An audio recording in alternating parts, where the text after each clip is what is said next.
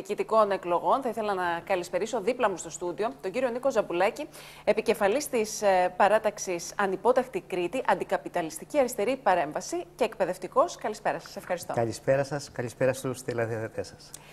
Είμαστε λοιπόν στην αντίστροφη μέτρηση, κύριε Ζαμπουλάκη, για τις περιφερειακές εκλογές. Ήθελα να σας ρωτήσω γιατί πήρατε την απόφαση να ηγηθείτε αυτής της προσπάθειας. Τι λείπει αυτή τη στιγμή από την περιφέρεια Κρήτης? Κοιτάξτε, εμείς ως Ανυπόταχτη Κρήτη δρούμε εδώ και 13 χρόνια.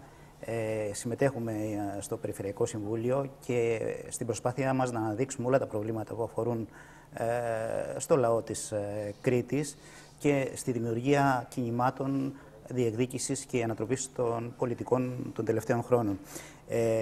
Είναι συλλογική η προσπάθειά μας. Είμαστε αιρετοί και ανακλητοί, δηλαδή και όλοι μας οι περιφερειακοί σύμβουλοι δεν έχουν πλήρες αιτίες, αλλά αλλάζουν. Είμαστε σε αυτή τη λογική της συλλογικής και όχι της ατομικής. Επιλέχθηκα εγώ αυτή τη φορά. Αν εκλεγούμε, η θητεία θα είναι ορισμένη, θα αλλάχθει μετά και πάμε ως εξής. Οπότε δεν μπαίνουμε καν στη λογική της ατομικής, ας πούμε, προσωπικής ηγεσίας.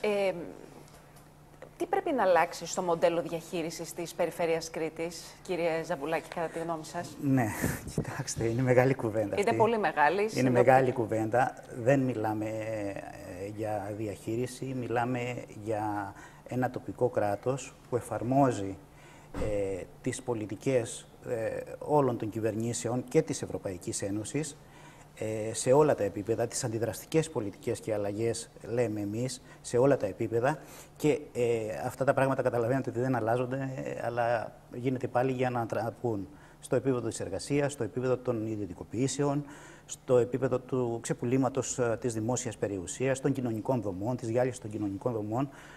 Όλα αυτά, μέσα και έξω από το Περιφερειακό Συμβούλιο, παλεύουμε για να τα ανατρέψουμε στην βάση των αναγκών και των δικαιωμάτων των κατοίκων. Υποστηρίζετε επομένως ότι αυτή τη στιγμή η περιφέρεια απλώς εφαρμόζει, δεν ασκεί τοπική αυτοδιοίκηση? Προφανώς και δεν ασκεί τοπική αυτοδιοίκηση. Η αυτοδιοίκηση είναι μεγάλο θέμα. Σημαίνει οργάνωση των πολιτών από τα κάτω, σημαίνει συνελεύσεις. Αυτά τα πράγματα δεν υπάρχουν. Βλέπουμε αντίθετα μια αντιδραστική θωράκιση των περιφερειών με τα τελευταία νομοθετήματα του Βορίδη. Δηλαδή με το 3% για να εκλεγεί μια παράταξη, με το 43% που να δίνει μπόνους 60% σε έδρες. Η απλή αναλογική πάει και στις περιφέρειες δηλαδή. Βλέπουμε το πέρασμα αρμοδιοτήτων του Περιφερειακού Συμβουλίου σε επιτροπές που έχουν αποφασιστικό χαρακτήρα. Δηλαδή το Περιφερειακό Συμβούλιο στην ουσία ένα ρόλο πια αποψηλώνεται. Αυτό θέλουμε να πούμε ότι στην Περιφέρεια Κρήτης εκφράστηκε απόλυτα με τον κύριο Αρναουτάκη. Γι' αυτό είναι και ο εκλεκτός της Νέας Δημοκρατίας στις επόμενες εκλογές, όπως ήταν ο εκλεκτός και των προηγούμενων αστικών κυβερνήσεων. Για μας είναι πεντακάθαρο αυτό. Δεν διεκδίκησε κονδύλια για κοινωνικές δομές. Υποτάχθηκε σε όλες αυτές τις πολιτικές που εφαρμόστηκαν. Επίσης προώθησε έργα καταστροφής του περιβάλλοντος κατά τη γνώμη μας, όπως είναι το αεροδρόμιο στο Καστέλι, η ΒΑΠΕ με τις ανεμογεννήτριες, υποστήριξε τις εξορίξεις στα νότια της Κρήτης υδρογονοχάρων που είναι ιδιαίτερα επικίνδυνες, υποστήριξε και προώθησε ξενοδοχειακές μονάδες ακόμα και σε περιοχές προστατευόμενες όπως τα Φαλάσσια, το Παραλίγκρεμο κτλ. Βλέπουμε δηλαδή μια πολιτική η οποία εφαρμόζεται και εμπίπτει στις προσδοκίες του μεγάλου κεφαλαίου, των πολυεθνικών, της Ευρωπαϊκής Ένωσης. Αυτό ακριβώς έκανε ο κύριος Αρναουτάκης όλα αυτά τα χρόνια.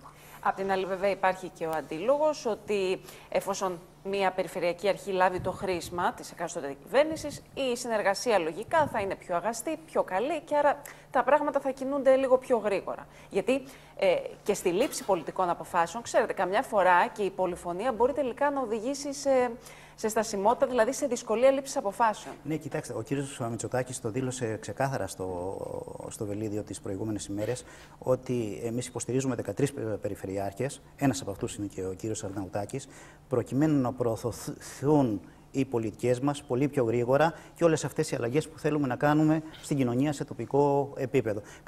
Με τις οποίες πολιτικές προφανώς εμείς είμαστε ριζικά αντίθετοι από την απέναντι πλευρά, γιατί καταστρέφουν τις ζωές μας. Από την άλλη όμως θα σας ρωτήσω, ζητάτε για παράδειγμα μόνιμη και σταθερή δουλειά με δικαιώματα, μείωση εργάσιμου χρόνου και ορίων συνταξιοδότησης. Έχετε μέτρα που ζητάτε αναφορικά με τη φορολόγηση για ένα αξιοπρεπές επίπεδο ζωής. Αυτά μπορούν να ληφθούν σε επίπεδο περιφέρειας Κρήτης ή είναι αιτήματα που εν τέλει λαμβάνονται από τα εκάστοτε υπουργεία, από το κεντρικό κράτος? Προφανώς η πολιτική ασκείται από την κεντρική εξουσία. Εμείς το βλέπουμε σαν ενιαία μορφή αυτή, το τοπικό κράτος με το περιφερειακό. Κοιτάξτε να δείτε. Ζητήματα όπως είναι οι ελαστικές σχέσεις εργασίας, μέσα από τα 5 μήνα, τα 12 μήνα, μέσα από την ανακύκλωση της ανεργίας, προγράμματα ανακύκλωσης της ανεργίας. Οι δήμοι και οι περιφέρειες ήταν αυτοί που τα προώθησαν και τα παγίωσαν στη συνείδηση του κόσμου. Γι' αυτό λέμε ότι λειτουργούν ως τοπικό κράτος. Επίσης, στήριξη που υπάρχει στους ξενοδόχους για αυτές τις συνθήκες εργασίας, ας πούμε, εργασιακές συνθήκες γαλέρας, λέμε εμείς, από την τοπική εξουσία, από όλες τις τοπικές εξουσίες. Βλέπουμε δηλαδή ότι όχι μόνο δεν διεκδικούν, αλλά εφαρμόζουν σε τοπικό επίπεδο όλα αυτά τα αντεργατικά, αντιλαϊκά μέτρα που λέμε εμείς. Καταλαβαίνω λοιπόν, η δική σας επιδίωξη είναι να είστε με μια δυναμική φωνή στο Περιφερειακό Συμβούλιο, να ασκείτε αντιπολίτευση, να ασκείτε αυτόν τον αντίλογο και να διεκδικείτε και να αποκαλύπτετε σχεδιασμούς και διαπλοκή, διαβάζω εδώ στα 29 σημεία της διακήρυξης. Αναρωτιέμαι, δεν μπορώ να σας ρωτήσω, είναι ένα γενικό σχόλιο ή απευθύνεστε σε συγκεκριμένα πρόσωπα? Κοιτάξτε, η σύνδεση των τοπικών, περιφερειακών και δημοτικών αρχόντων με τους εργολάβους, με τις μεγάλες κατασκευαστικές εταιρείες, με τους ξενοδόχους είναι δεδομένη και μάλιστα δεν είναι θέμα και είναι και φανερή δηλαδή. Ο Μητσοτάκης, ας πούμε, πάλι το ξαναλέω, μίλησε, θέλουμε δήμαρχους πολεοδόμους, δήμαρχους μηχανολόγους, δήμαρχους μάνατζερ. Αυτή η σύνδεση και με το θεσμικό πλαίσιο δηλαδή δεν είναι, πώς να το πούμε, είναι αποδεκτή. Άρα δεν μιλάμε για κρυφή διαπλοκή, μιλάμε για φανερές πολιτικές που απροκάλυπτα εφαρμόζονται σε αυτήν την κατεύθυνση. Έτσι, και τις οποίες, σας είπαμε, εμείς θέλουμε με ένα μαζικό κίνημα, πολιτικό κίνημα, το αντιμετωπίζουμε ενιαία με το κράτος, το ξαναλέμε, να ανατρέψουμε. Να σας πάω σε ένα πιο ειδικό θέμα. Στο επίπεδο της υγείας, για παράδειγμα, υπάρχει μια εμφραγματική κατάσταση αυτή τη στιγμή στα νοσοκομεία του νησιού, πολύ μεγάλα νοσοκομεία. Τι πρέπει να γίνει εκεί, κύριε Ζαπουλάκη, τι μπορεί να κάνει η Περιφέρεια Κρήτης? Να διεκδικήσει. Χρηματοδότηση. Να συνταχθεί με το λαό. Μιλάμε τώρα, είναι θεωρητικό αυτό που λέμε, γιατί δεν υπάρχει τέτοια πρόθεση. Να στελεχωθούν τα νοσοκομεία με γιατρούς, με νοσηλευτές,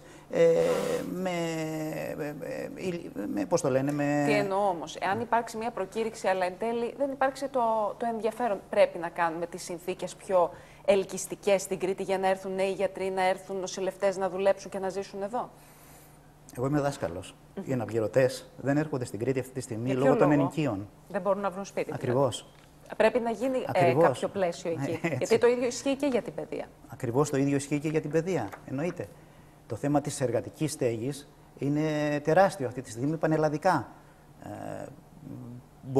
Μπορεί να λυθεί με ανέγερση εργατικών κατοικιών, με επίταξη χώρων που δεν χρησιμοποιούνται για αυτό το λόγο. Υπάρχουν χιλιάδες τρόποι να λυθεί, εάν και εφόσον υπάρχει η πρόθεση. Τι πρέπει να έχουν στο μυαλό τους οι πολίτες πηγαίνοντας στην κάλπη? Πολύ καλή ερώτηση. Φαντάζομαι να έχουν ενημερωθεί για τα προγράμματα. Να έχουν στο μυαλό τους ότι οι εκλογές αυτές είναι πολιτικές. Η Νέα Δημοκρατία μετά τις εκλογές τις βουλευτικές και την νίκη που είχε προσπαθεί να πάρει ένα ακόμα πράσινο φως για να προωθήσει όλες αυτές τις αντιδραστικές αναδιαρθρώσεις και πολιτικές. Το είδαμε με το νομοσχέδιο Γεωργιάδη αυτές τις μέρες. Άρα δεν είναι εκλογές ουδέτερες, δεν είναι ο καλός περιφερειακός σύμβουλος που είναι ουδέτερος κτλ. Είναι υποταγμένοι και ενταγμένοι σε αυτές τις λογικές. Την επόμενη μέρα η Ελλάδα θα αυτή μπλε εάν και οι 13 μέσα και σε αυτούς και ο κ. Στεναγουρτάκης εκλεγούν, να έχουν στο μυαλό τους ότι τίποτα δεν χαρίζεται, όλα ταχθιούνται με αγώνες, με μαζική πάλη. Εμείς είμαστε σε αυτή τη λογική. Κανένας μας δεν είναι επαγγελματίας της πολιτικής. Κανένας μας δεν είναι πολιτικός μαϊντανός που να περιφέρεται από εδώ και από εκεί. Είμαστε εργαζόμενοι. Θα μας βρείτε και στα σωματεία και στα κινήματα να παλεύουμε για όλα αυτά που είπαμε. Με αυτή τη λογική ζητάμε τη στήριξη της Εθνικόταξης Κρήτης για διεκδίκηση όλων των δικαιωμάτων και μέσα και έξω από το Περιφερειακό Συμβούλιο. Σας ευχαριστώ θερμά, κύριε Και εγώ σας ευχαριστώ. Καλή επιτυχία σας. Καλό σας βράδυ.